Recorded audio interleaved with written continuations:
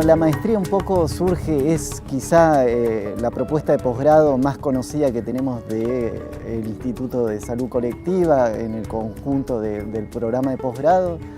Comenzó allá en el año 98 y actualmente vamos por la cohorte 20, abriendo una cohorte todos los años de forma permanente y regular. Es un posgrado que se caracteriza obviamente por estar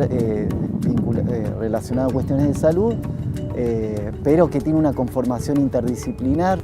La propuesta de la maestría es que la tesis sea resultado de un proceso de trabajo y que dé cuenta de este paso por la maestría, pero a la vez que tenga que ver con los intereses que tienen los alumnos. Entonces es un acompañamiento que hacemos desde el principio de la maestría hasta que cierra la maestría, y el final de la materia sería la presentación de su proyecto, la calificación de su proyecto para poder empezar a hacer la tesis en sí misma. Soy médica, hice la especialidad de medicina general, trabajé en atención primaria, primero en lo asistencial, después en la gestión, en la dirección, en el recorrido de las unidades sanitarias,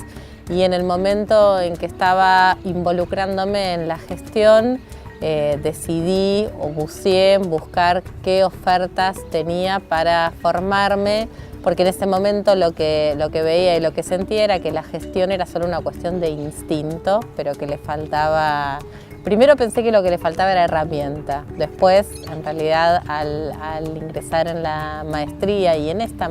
maestría en particular, me di cuenta que lo que le faltaba no era solamente la herramienta, que esa era la forma de pensar, digamos, ¿no? Que había todo un sustento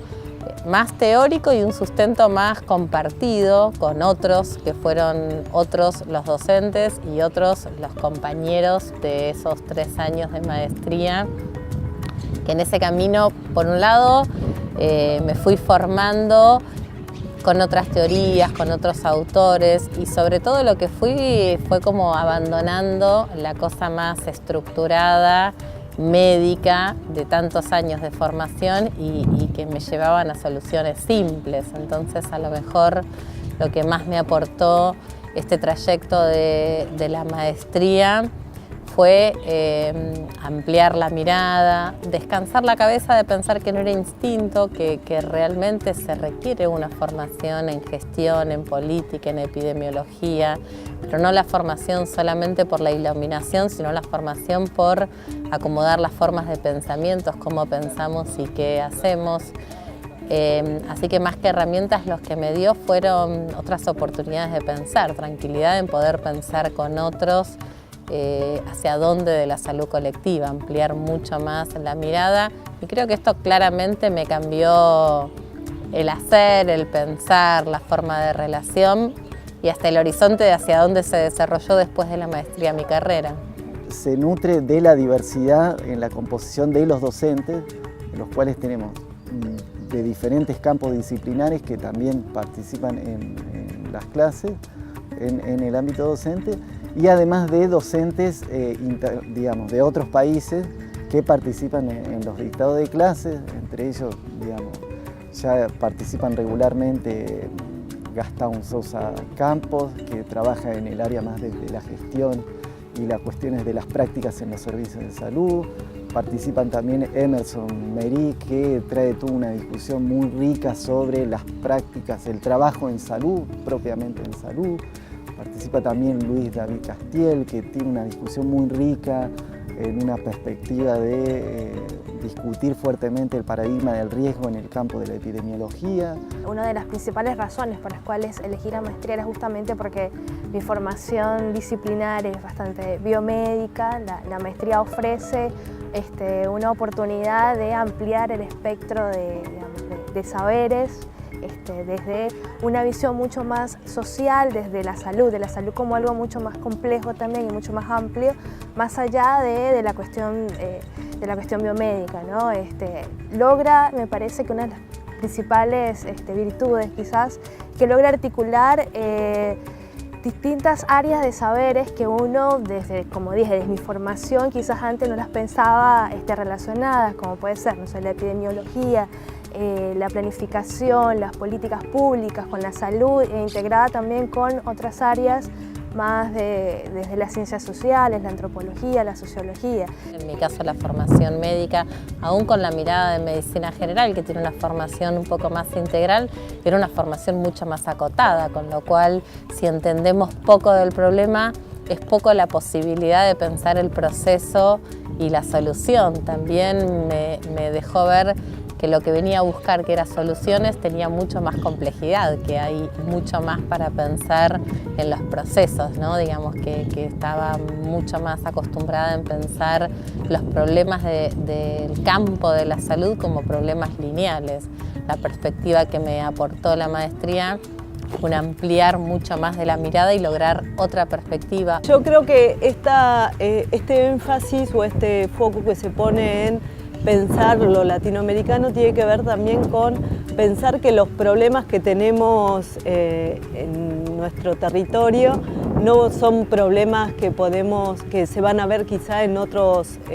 lugares. Entonces, son problemas sobre los cuales tenemos que pensar nosotros, ¿no? Y que conocemos nosotros. Entonces, el trabajar con autores que son latinoamericanos nos permite pensar en propuestas de solución, de abordaje de estas cuestiones que tienen que ver con la realidad local. Durante mucho tiempo se han importado modelos de gestión, de trabajo, de solución de problemas de países extranjeros y no hemos visto grandes avances en términos de salud, ¿no? Entonces, lo que queremos es poner el énfasis en cuáles son las problemáticas locales, cómo la vivencian quienes las sufren, quienes las padecen y quienes les tocan abordarlas para pensar soluciones que sean reales o que emerjan también de lo territorial, ¿no? De una academia que busca bajar cierto conocimiento ilustrado sobre o fórmula sobre cómo resolver los problemas. Pero también Roberto Castro, que trabaja cuestiones de violencia obstétrica, es un sociólogo de formación, entonces trae una discusión muy rica desde la teoría social hacia la cuestión de salud. Así como, por ejemplo, también un antropólogo, Eduardo Menéndez, que es un antropólogo argentino radicado en México hace mucho tiempo, pero que ha sido el desarrollador de lo que se conoce como modelo médico hegemónico. El desarrollo de la maestría también es un desarrollo que me parece que es interesante para entender que cuando uno se dispone a hacer una maestría, aún encontrándose con muchas otras cosas de las que cree que viene a buscar, ¿no? Digamos, venimos a buscar cosas y hay un encuentro en el transcurso de cómo se desarrolla la maestría, particularmente en la Universidad de Lanús, que a mí me pasó particularmente que fui encontrando muchas más cosas de las que venía a buscar, pero hay una oportunidad que es la oportunidad académica. Hacemos una maestría y es necesario que nos recibamos de magíster, digamos, ¿no? Que si bien no culmina con la tesis, sino en ese momento es un campo que comienza, pero que es necesario hacerlo. Tiene la particularidad la maestría en la Universidad de Lanús, que también es un proceso progresivo, digamos, ¿no? Que es necesario. Yo recuerdo que el primer encuentro, el primer sábado, fue con un filósofo, un taller de escritura, con lo cual decía, bueno, ¿y esto qué tiene que ver con lo que vinimos a buscar? Y sin embargo, después vas entendiendo que este hacer de la tesis, mientras que vas transcurriendo el hacer de la maestría, es absolutamente necesario e indispensable, porque no son instancias separadas, digamos, ¿no? Aunque uno no lo entiende en su momento, son procesos que se van dando juntos, digamos, ¿no? El proceso de la modificación de la estructura, de ampliar los conocimientos, de poder interpretar, de enriquecerse con los textos y con las discusiones, y a su vez cómo eso cambia el enfoque de lo que tiene que ver con el hacer la tesis, digamos, ¿no? Esta necesidad de hacer la tesis mientras que vamos cursando la maestría, que al principio parece, pero ¿cómo voy a escribir una tesis si yo no tengo ningún elemento? Si vengo para aprender y después para plantearme la investigación. Y la verdad que son procesos que se van dando y la maestría acompaña en que esos procesos puedan ir por carriles simultáneos, porque es un proceso que no es que solamente lleva el tiempo de la cursada, sino que hay que estar como en conexión con lo que uno va cursando, pensando, leyendo, aprendiendo y modificando para que también eso se dé paralelamente en la escritura, aunque la tesis del final no tenga nada que ver con la del principio, pero ese proceso es necesario transcurrirlo durante la cursada. Hasta la actualidad tenemos 157 graduados,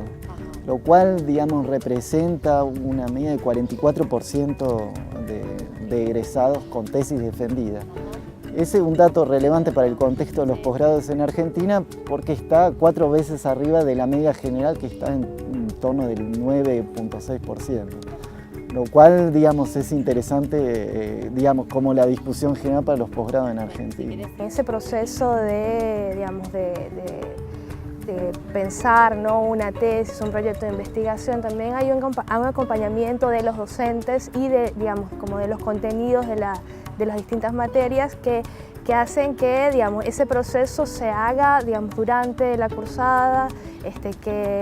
que no es un proceso que se hace en solitario, ¿no?, como uno tesista tratando de escribir la tesis, sino que todos, digamos, los contenidos de alguna forma se articulan. O sea, la idea es que se articulen en el proceso y entonces ese proceso quizás de creación y de reflexión teórica y práctica se va dando a lo largo de los años de cursada, además, digamos, del acompañamiento del tutor